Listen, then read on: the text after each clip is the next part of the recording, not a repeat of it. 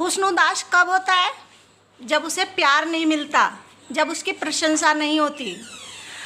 और एक माहौल देखिए कि प्यार कब होता है?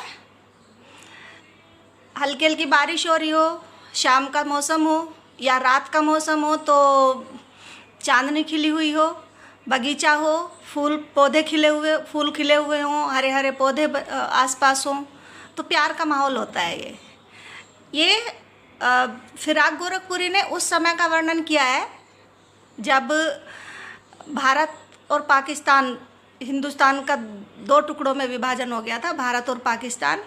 अब उस समय की एक कल्पना कीजिए कि एक प्रेमी जोड़ा है, चाहे कितने भी हैं, लेकिन हम प्रेमी जोड़ा होना चाहिए, और वो अपनी मन की बात एक दूसरे से कह रहे हैं, और तभी अनाउंसमेंट होती है कि भारत और पाकिस्तान अलग अलग होने वाले हैं, मुसलमान उधर चले जाइए और हिंदू इधर रह जाइए। जो पाकिस्तान है उसकी जो राष्ट्रभाषा है, हमारी राष्ट्रभाषा हिंदी है, ऐसे ही पाकिस्तान की राष्ट्रभाषा उर्दू है। वहाँ अगर आप हिंदी बोलते हो या हिंदी में लिखते हो तो आपको नौकरी तक नहीं मिलेगी, और अगर आप उर्दू नहीं बोलते हो तो आपको समझ लिया जाएगा कि आप हिंदुस्तान के प्रति ज़्यादा वफादारी रखते हो, पाकिस्तान के प्रति कम वफादारी रखते हो। तो उस टाइम का ये वर्णन कर रहे हैं कि शुरू से आखिर तक की, जब तक की भी आप सभ्यताएं देखेंगे, जैसे मोहनजोदड़ो, हड़प्पा या और बहुत सारी रोम की सभ्यता, उनमें एक चीज़ ऐसी है जो समान रहती है, और वो रहती है प्यार। और प्यार जो होता है वो जवानी में विपरीत लिंग के साथ प्राकृतिक प्रेम माना जाता है। तो उस टाइम की ये बात कह रहे हैं कि हुस्न भी उदास हो गया, क्योंकि जब ऐसी परिस्थिति आ गई है, आपने सुना होगा जैसे गदर फिल्म आपने देखी होगी कि इधर से उधर जाने में, या फिर हमने एक, शायद आपने नहीं पढ़ा था, एक नाटक भी हमने कॉमर्स में लगा हुआ है कि जब इधर से उधर जाते हैं तो अपनी सारी संपत्ति छोड़कर जाना होता है, और अगर नहीं जाते हो आप तो आपको मार दिया जाता है। इस तरह की जब माहौल होता है तो आप जो आपका दिल दिमाग प्रेम में लगा हुआ है उससे हट जाता है और अपनी सुरक्षा में जो है सोचने लगता है, सुरक्षा में काम करने लगता है, आपका दिल भी, दिमाग भी, शरीर भी। तो अब ये कह रहे हैं कि जिस समय भारत का विभाजन हुआ उस समय हुस्न भी उदास था, यानी कि हुस्न को कोई प्रेम करने वाला, कोई उसकी प्रशंसा करने वाला नहीं था। और शाम, जो शाम के मौसम में जब प्रेमी जोड़े एक दूसरे से मिलते हैं शाम के झुटपुटे में, वो भी अब ऐसा नहीं लग रहा था कि ये सुहावना मौसम है, बल्कि ऐसा लग रहा था कि कुछ जलने के बाद या जलने के पहले, जब पूरी तरह से नहीं जल चुका होता, धुआं होता है, कि ये सारा चारों तरफ धुआं धुआं फैल रहा है, जो अभी कुछ जलने वाला है। जब हम आग जलाते हैं तो जलने से पहले धुआं होता है, और वो किसी विनाश की तरफ इशारा करता है।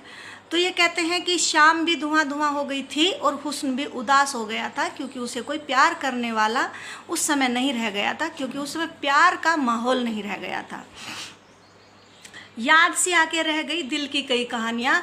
और उस समय जैसे समझिए कि कोई हिंदू है उसे भारत आना पड़ा, और कोई मुसलमान है उसे पाकिस्तान जाना पड़ा, तो उसके आसपास किसी, चाहे लड़की से प्यार कर रहा है, चाहे पड़ोस में चाचा, ताऊ, काका, कोई भी जो थे, उनसे जो प्यार की एक दास्तान थी या छोटी छोटी जो प्यार की घटनाएं होती हैं, वो सारी याद आने लगी, क्योंकि एक दूसरे से दूर जाना उनकी एक मजबूरी हो गई थी।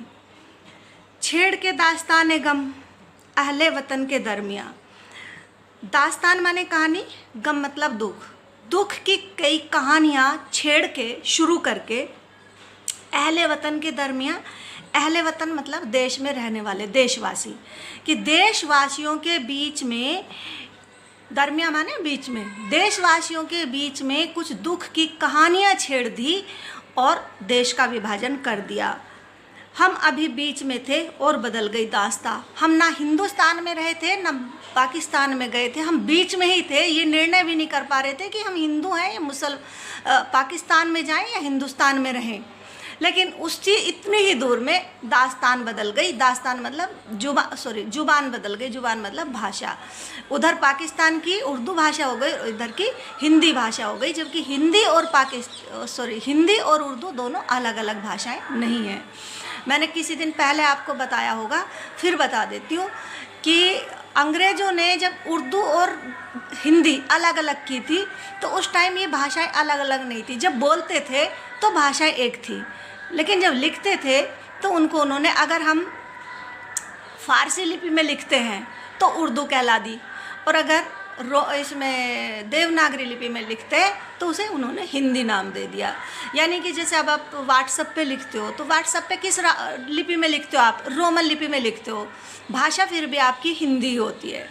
जैसे आज रात 9 बजे, सॉरी आज सुबह 9 बजे क्लास होगी, मैंने ये लिखा, लेकिन लिपि कौन सी? रोमन लिपि। ABCD को रोमन लिपि, ये रोमन लिपि होती है। अब अगर इसे देवनागरी में लिखेंगे तो बात तब भी वही लिखेंगे। उन्होंने, अंग्रेज़ों ने एक चाल चली हिंदू और मुसलमान में खाई पैदा करने के लिए, उनमें दूरी पैदा करने के लिए, उनके प्यार को कम करने के लिए, एकता को तोड़ने के लिए। और वो ये किया कि अगर आप बोलते हैं तो एक ही भाषा बोल रहे हैं, लेकिन अगर लिख रहे हैं फारसी लिपि में लिखा तो उर्दू हो गई। और उसी बात को अगर आप इसमें देवनागरी लिपि में लिखते हैं तो वो हिंदी हो गई। अब ये कहते हैं कि हम जो बोल रहे थे वो एक ही भाषा बोल रहे थे ना। उसे एक चीज़ और बीच में आपको बताती हूँ कि जो उर्दू है हमारे यहाँ, उर्दू हिंदी से अलग नहीं है, बल्कि हिंदी की एक बोली है। जैसे राजस्थानी भी हिंदी की बोली है, गुजराती भी हिंदी की बोली है, मैथिली भोजपुरी भी हिंदी की बोली है। ऐसे ही उर्दू एक, जिसमें उर्दू उसके अरबी फ़ारसी के शब्द ज़्यादा होते हैं, उसे उर्दू बोल दिया जाता है। और जिसमें संस्कृत के शब्द ज़्यादा होते हैं उसे हिंदी बोल दिया जाता है। लेकिन शब्द हिंदी ऐसी कोई अलग नहीं है जिसमें उर्दू के शब्द ना हो। जैसे अभी आप मुझसे कहें कि क्लास का टाइम हो गया मैम, क्लास ले लीजिए, और मैं कहूँ थोड़ी सी देर और इंतज़ार कर लो, तो इंतज़ार जो शब्द होता है वो उर्दू का शब्द होता है, यानी कि फ़ारसी का शब्द होता है, अरबी फ़ारसी का। तो हमारी हिंदी में रोज़मर्रा के शब्द, जैसे अब मैंने बोला रोज़मर्रा, तो रोज़मर्रा भी उर्दू का शब्द है। हमारी हिंदी में बहुत सारे शब्द उर्दू के, अरबी फ़ारसी के अपनाए हुए हैं। तो अगर हमने अरबी फ़ारसी के शब्द ज़्यादा बोले तो उसको उर्दू कह दिया गया। तो पाकिस्तान और हिंदुस्तान जब 2 भागों में विभाजित हो गया भारत, तब पाकिस्तान ने अपनी राष्ट्रभाषा उर्दू को बना लिया। और ये जो अपना भारत है इसकी राष्ट्रभाषा पहले से ही हिंदी थी, अभी भी हिंदी है। तो ये कहते हैं कि हम तो अभी निर्णय भी नहीं कर पाए थे कि हम पाकिस्तान में जाएं या हिंदुस्तान में रहें, लेकिन हमारी जुबानें बदल दी गई। और ये किसने बदली? शासन ने, या शासन के लोभी गंदे नेताओं ने, जो देश का हित नहीं चाहते, जनता का हित नहीं चाहते, सिर्फ अपना स्वार्थ सिद्धि चाहते हैं, अपना उल्लू सीधा करना चाहते हैं। अगले पेज पे आइए। सरहद गैब तक तुझे साफ मिलेंगे नक्शा ए पा। पा मतलब पैर, नक्शा मतलब निशान। तो ये कहते हैं सरहद गैब, गैब मतलब कोई सीमा ही जिसकी निर्धारित नहीं हो, अज्ञात सीमा। तो ये कहते हैं किसी भी सीमा तक चले जाइए, तुम्हें मेरे पैरों के निशान साफ साफ मिल जाएंगे। किसके निशान है ये? मेरे मतलब कौन कह रहा है? संवेदनशील लेखक कह रहा है, और प्यार की भाषा में कह रहा है कि आप चाहे तो दुनिया की भौगोलिक सीमा में, भारत से लेकर आप जो अमेरिका, एकदम जहाँ यहाँ दिन होता है और वहाँ रात होती है, तो एकदम अपोजिट है। तो आप पूरी दुनिया में कहीं से कहीं तक चले जाइए, जिस सीमा का आपको ज्ञान भी नहीं है, लेकिन मेरे नक्शे, मेरे पैर के निशान तुम्हें हर जगह मिलेंगे। यानी कि हर जगह आपको प्यार मिलेगा ही मिलेगा। युवक युवतियाँ प्यार करते हैं, माता बेटा प्यार करते हैं, पिता पुत्र प्यार करते हैं, ननद भाभी प्यार करते हैं। यानी कि प्यार एक ऐसी चीज़ है, उसके निशान आपको हर जगह मिल जाएंगे। पूछना यह फिरा हूँ मैं तेरे लिए कहाँ कहाँ। और फिर ये कहते हैं कि ये पूछना तुम किसी से कि मैं तुझे ढूंढने के लिए, तुझे हासिल करने के लिए कहाँ कहाँ तक नहीं गया हूँ। किसे हासिल करने के लिए? प्यार को हासिल करने के लिए, हुस्न को हासिल करने के लिए। यानी कि मैं पुराने समय से लेकर और पूरी दुनिया में कहीं भी देख लीजिए, प्यार को हासिल करना चाहता हूँ। यानी कि हर एक व्यक्ति प्यार का भूखा होता है, उसे किसी से भी प्यार चाहिए होता है, दुश्मनी किसी से वो नहीं चाहता। रंग जमा के उठ गई कितने तमद्दुनों की बज़्म। रंग जमाना तो आप अच्छे से जानते हैं, रंग जमाना एक मुहावरा है। कितने तमद्दुनों की बज़्म, बज़्म माने महफिल और तमद्दुनों माने सभ्यता। तो ये कहते हैं कि कितनी ही सभ्यताएं आई और गई। रंग जमाना यानी उन्होंने प्रभाव जमाया अपना दुनिया में।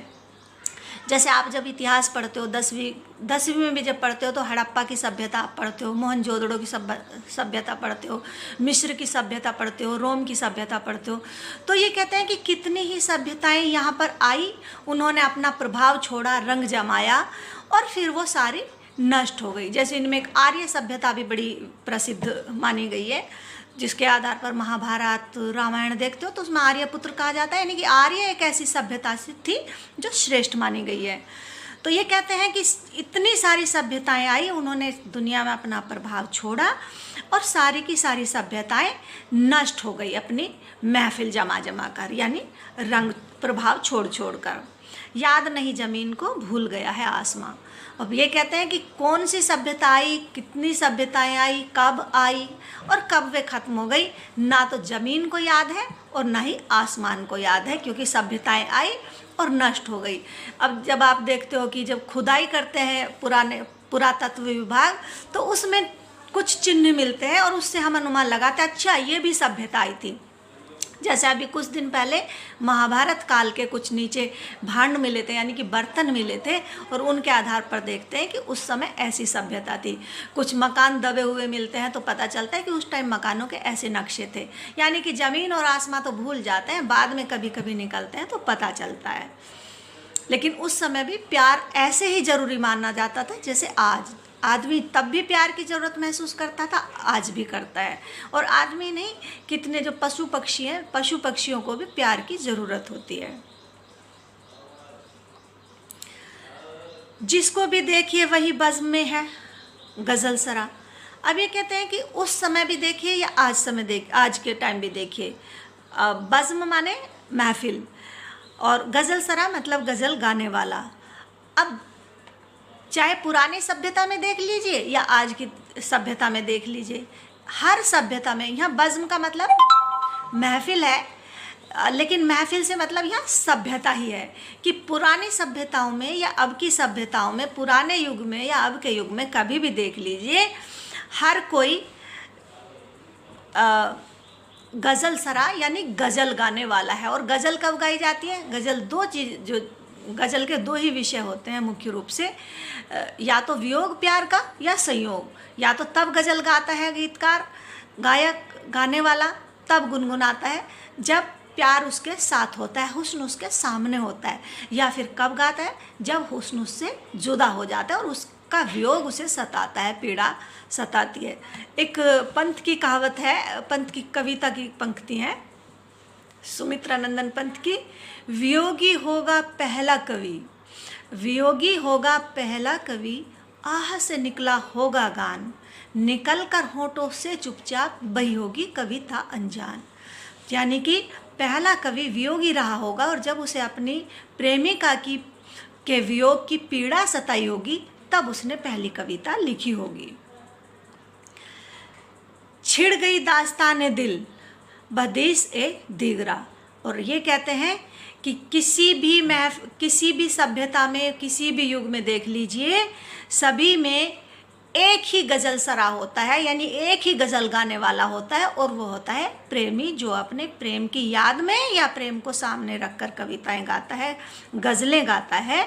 और छिड़ गई दास्ताने दिल बदिस ए दीगरा, दीगरा मतलब दूसरों की बातों के साथ साथ। तो दूसरों की बातें करते करते, दो लोग दूसरों की बातें कर रहे होते हैं और दूसरों की बातें करते करते अपने दिल की दास्तान वो कहने लगते हैं। दास्तान यानी कहानी, जो उनके दिल में भावनाएं होती हैं प्यार की, वो उन्हें कहने लगते हैं। चाहे आप किसी भी युग की ज़माने की बात कर लीजिए। बीत गए हैं लाख युग सुए वतन चले हुए। सुए मतलब तरफ, वतन मतलब देश। तो ये कहते हैं कि लाखों युग बीत गए हैं अपने देश की ओर चलते चलते, पहुंची है आदमी की जात चार कदम कशां कशां। कशां कशां मतलब धीरे धीरे। तो ये कहते हैं कि युगों बीत गए कि हम अपने देश की तरफ चलें, लेकिन आदमी की जात इतनी स्वार्थी है कि वो धीरे धीरे बस 4 कदम ही चल पाई है। और 4 कदम से मतलब ये है अपने देश की तरफ। अपना देश, जैसे आप अपना घर समझ लीजिए, देश भी अपना घर होता है। अपने घर की आप सुरक्षा चाहते हैं, उसकी तरक्की चाहते हैं, उसकी सुंदरता चाहते हैं, लेकिन अपने देश की तरफ जब लोग चलते हैं तो उनमें स्वार्थपरता आ जाती है, शासन आ जाता है और अपने देश की तरक्की को, अपने देश की सुख शांति को, अपने देश की समृद्धि को भूल जाते हैं। जैसे जो हमारा संदर्भ था कि भारत पाकिस्तान का विभाजन हुआ, भारत पाकिस्तान का विभाजन किसी भी दशा में देश की तरक्की को नहीं वो कर सकता था, मतलब उससे देश की तरक्की नहीं होने वाली थी, देश में सुख शांति नहीं रहने वाली थी। सब जानते थे कि जब देश का विभाजन होगा तो सुख शांति तो छोड़िए, हिंसा होगी, लोग मारेंगे काटेंगे, गदर होना ही होना है। लेकिन फिर भी स्वार्थी नेताओं ने देश का विभाजन किया